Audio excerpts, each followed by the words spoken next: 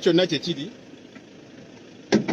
fenga bwe tuzize tugamba abakozi b'effujjo be bano kati ng'ono sitaawa simanyi kyagezaako okukola oba baagala kutukwata oba baagala kola sinakitegeera. Enkya y'olunaku olwaleero His Excellency Robert Kyagulanyi Ssentamu bw'abadde yolekera ebitundu by'e Palisa bagenze mu maaso n'okubeera ng'amagye kwoteeka poliisi bagenda mu maaso n'okubeera nga bamusalako bw'abadde atuukira ddala awo mu bitundu by'e Kayunga. Kaakati nno amagye gamusazeeko emabega ne mu maaso nga talina wadda. Kaakati nno ekyo ne kiddirira okugenda mu maaso n'okubeera nga mwanattu agenda mu maaso n'okubeera ng'ayimirira okumala akabanga akawerako. Wetoogerera nze naawe ekiddako tewali yagenze mu maaso n'okubeera ng'akifuna okujjako genda obugenzi mu maaso n'okubeera nga mbagamba buli kimu mu kikwase Katonda. Newe tuli ogenda mu maaso n'okubeera nga tukuweereza live buli ekigenda mu maaso.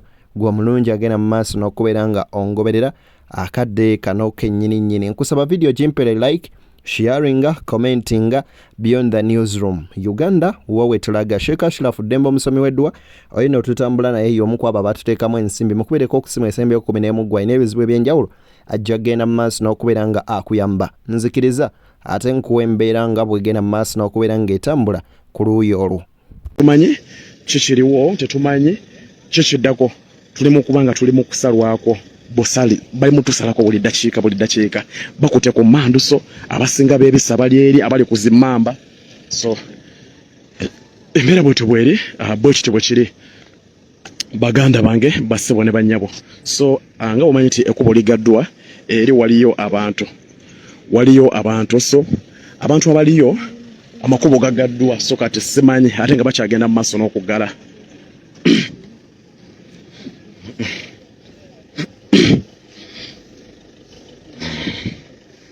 What's your doka kamera ate?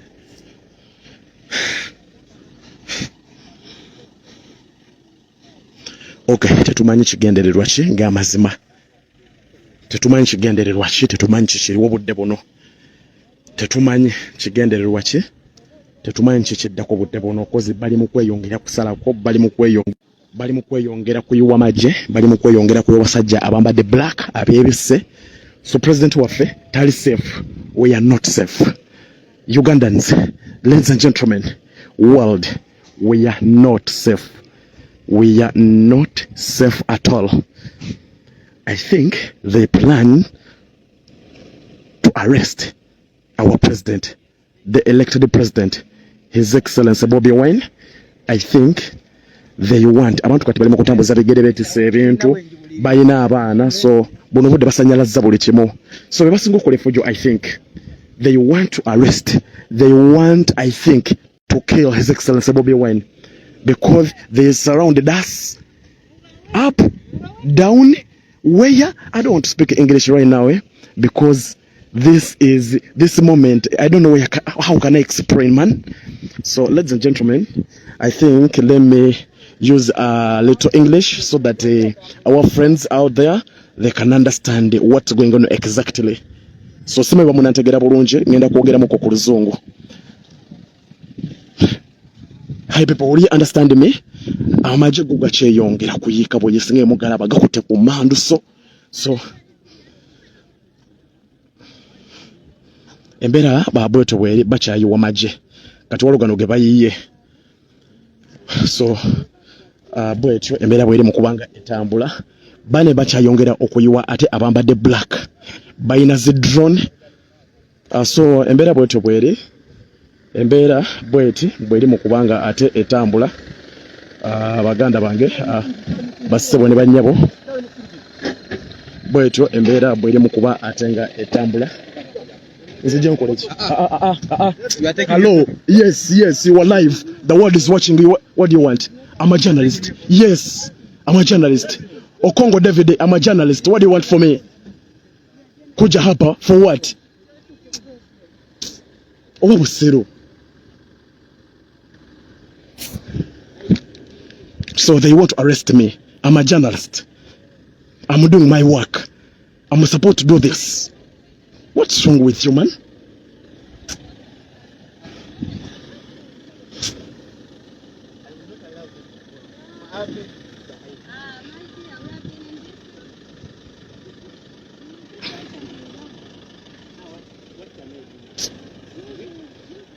so emotoka ya state erimu bakanyama ate nkakasasi bakanyama justice safe eri yugi 331 so they want to arrest me mbona bakwe bifanani tebategete je bajja baina the drone even let me see my president if he's still safe. Stop abusing human rights. You want to arrest me for what? I'm a journalist, professional. Uganda, what's going on? Uganda is breeding, trust me. This is our president.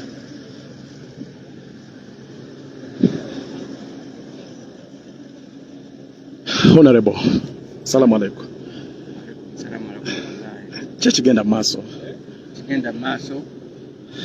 Nabasajja bagamba. Tugere ku ddoboozi. Kugenda mu maso. Ate atiri kudda mabega. Ate baagala nabo bennyini bali confused. Olunaku lw'ejjo twalabye abakulembeze mwawandikidde ekitebe kya poliisi naggulu okuddibwamu kwammwe baabazeemu oba mwatambudde butambuzi. Bano tebabiwulira.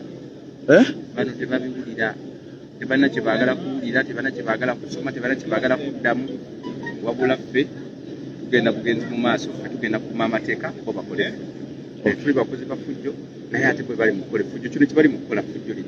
Kati bo baagala ffe tugende mu bitoogo, tugende mu mazzi wano, kye bali mu kukola kikyamu era tukikumirira ne sikukumira yenna naye ffe tugenda kubeera wano tukume emirembe bo nga bakole fujjo ensi ebalaba. Ensi bataddeko amaaso ne kamera zaffe bwe tugenda kuziggyako ensi ebategeera era ebalabe. Tuyanzige honorable. Okay. Embeera bwetyo bweri bunkenke buli mu bweyongeze gwe muganda wange andaba kw'osama Uganda nti olaba okumanya bamenyi b'amateeka bono budde bawulira bagana kukwata kati ate journalist akola omulimu gwe awa ensi kyekigenda mu maaso. We are not banaye so bwekityo bwe kiri gwe muganda wange andaba gwe muganda wange ali mu mukutu ogwa Sama Uganda Media embeera bwetyo bweri president yoyo golengera ali wakati nga bwe nkugambye nti emirimu gisanyaladde.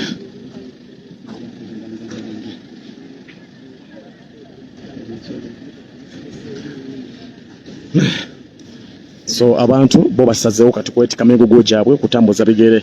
Gwe Munnayuganda agoberera ensonga zino obanga ojjukira bulungi osobola okujjukira ki ekyaliwo wano wennyini era bwe balemesa Ssaabasajja Kabaka okubanga yeeyongerayo okugenda e Bugerere.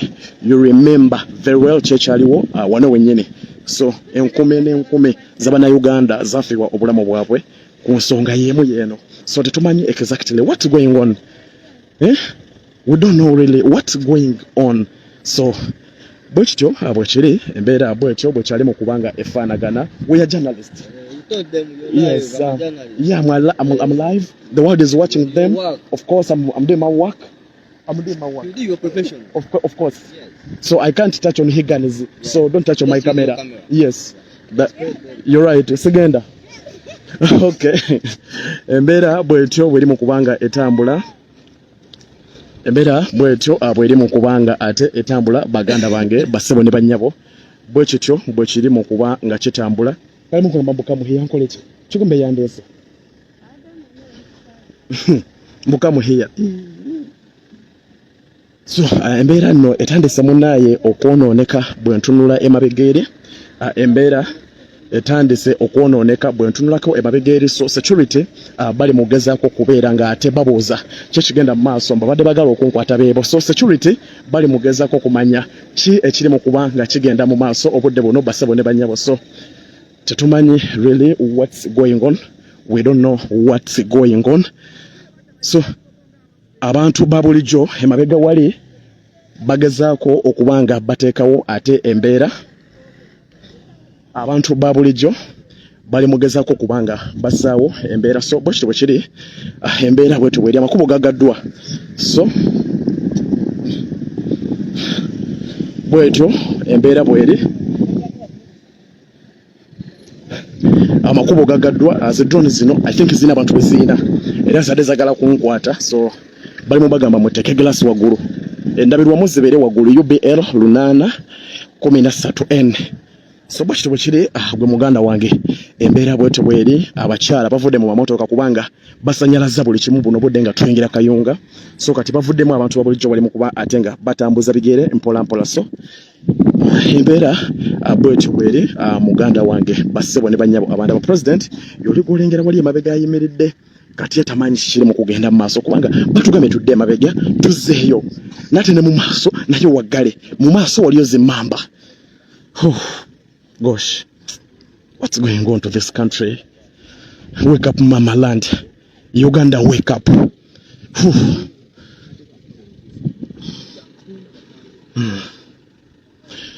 Okay, embeera bwetyo bwekyali mu kubanga ate etambula ngezako kuba wakikiri mu kuba nga kigenda mu maaso baganda bange bassebo ne bannyabo wano ku mugasezebwa. Omugasezebwa bagumanyi gwe omugga nga oyingira Kayunga. Olunaku olwaliro programu yaffe teri Kayunga, teri Jinja, teri Mukono, wabula tuli anze wonabidde n'okuneerabira kwate wenyiiga. Okay, so bwekityo bwe kiri bwetyo mbuzi mwe tuli luddawa kubanga gamazima embeera bana basajja gye batutadde mu neje balabika yennyini nnyini naye nga se tutumanyi kigendererwa kyabwe ki baagala ki. Guys, what do you want? Omukazi bwakaba ate mama obadde ki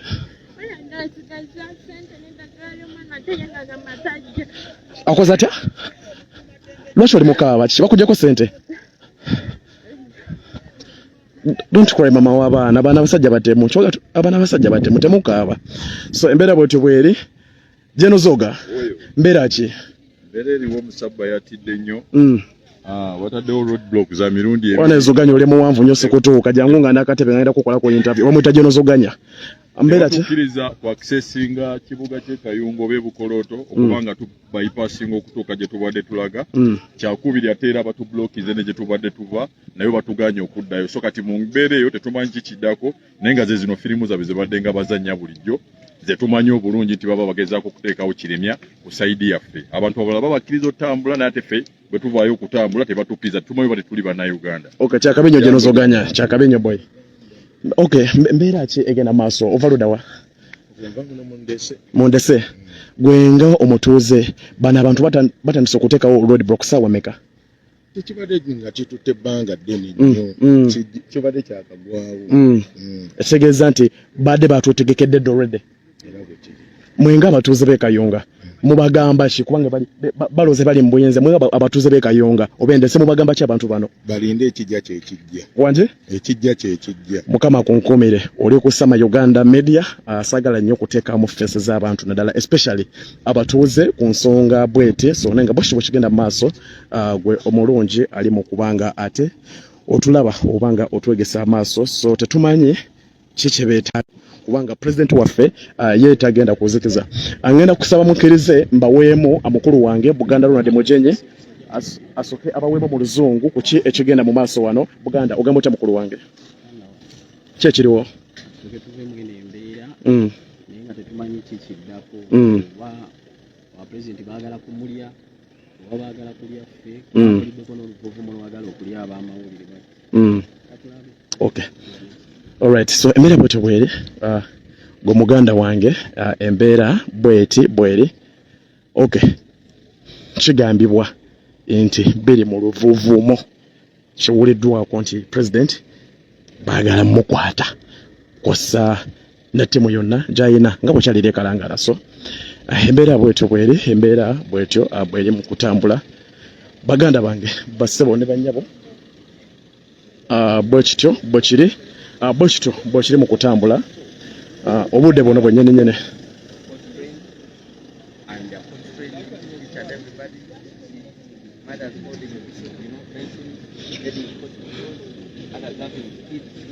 crying and they are very sick, so everything is just upside down, but we know that any time we shall be moving either way. Kino tukitwale nti you are under arrest wanga temudde eno temudde eri bali mutereza Naggalama tebagenda okutwala naye okusinga ddala president waffe era abantu beeteeketeeke baagala kukwata president era beeteeketeeke kyekiddako ndowooza baagala kutesitinga ku patience y'abannayuganda kubanga ffe tetumenya amateeka bo bamenya amateeka kati ekiba kisigalidde bo balina bagenda kupushinga bannayuganda kulaba nga nabo babaako kye bakolawo kino kikyamu era nga tubaga balekerawo okukola ebikyamu naye batalekerawo bali mu kujjako bannayuganda waya. Okay, omulungi akyali nange ku Sama Uganda Media enteekateeka ndowooza muziwulira tutegeezeddwako nti ate bali mu kuteekateeka poliisi ye Naggalama obagenda okukwata president bamuteeke. So I think ndowooza baagala kulaba ku bugumiikiriza bw'Abannayuganda nga Honorable Francis Zaake bw'ayogedde oba bw'atugambeko emabegaawo. So bwe kityo bwe kiri embeera bwetyo bweri still ekyali ya bunkenke nnyo ddala. So embeera bwetyo bwekyali katulinde tulabe kyekiddako kyekigenda okuddirira kubanga nti watusaliddeko tuli mu kitoogo wakati nti ebbali mazzi n'ebbali mazzi mu maaso bagaddeyo n'emabega bagaddeyo. So embeera bwetyo bweri naye nga tetulina musango gwonna. Political parties ez'enjawulo ziri mu kutalaga eggwanga. Lwaki National Unity Platform yo tekkirizibwa kubanga etalaga ggwanga? National Unity Platform yo teri political party bayina omusango gwe bakola bayina kiki ekigenda mu maaso. So embeera bwetyo bweri embeera bwetyo bwetambula. Bwe muganda wange ali mu kundaba obudde buno embeera bwetyo bwekyali mu kubanga etambula go amazima matuufu gali nti bunkenke.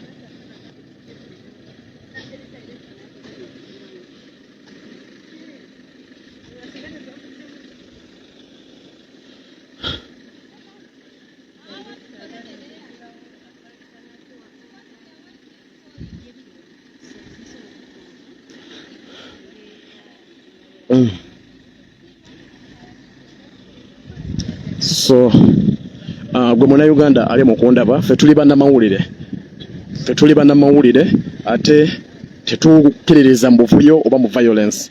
Gwe munnayuganda ndaba we asalawo kyekiddako nakyo kigenda mu maaso. Gwe munnayuganda ali eyo andaba nkiddamu kati okusalawo ku president oba ku ssuubi lya Uganda kyekiddako okusalawo akuli mu ngalo zo. So tulindiridde enteekateeka zaabwe tulabe kyekiddako naye nga embeera bweti bweri obudde buno bassebo ne bannyabo. Embeera bwetyo bwekyagenda mu maaso n'okubeera ng'etambula anti Palisa lwe luguudo oba lwe lugendo olunaku olwaleero President His Excellency Robert Kyagulanyi Ssentamu gye yayolekera. Kale akumaata kuumira mpeera naye we tuli okubeera nga tukuwa munywanyi ebigenda mu maaso byonna nga bwe binaaba biri. Beyond the Newsroom gwe mukutu sooka subscribing, liking, sharing, commenting ate tutambuze ensonga yagala olanga naffe namba weri awo esembi 5 ku screen tujja genda maaso n'okubeera nga tukuwa ekisinga.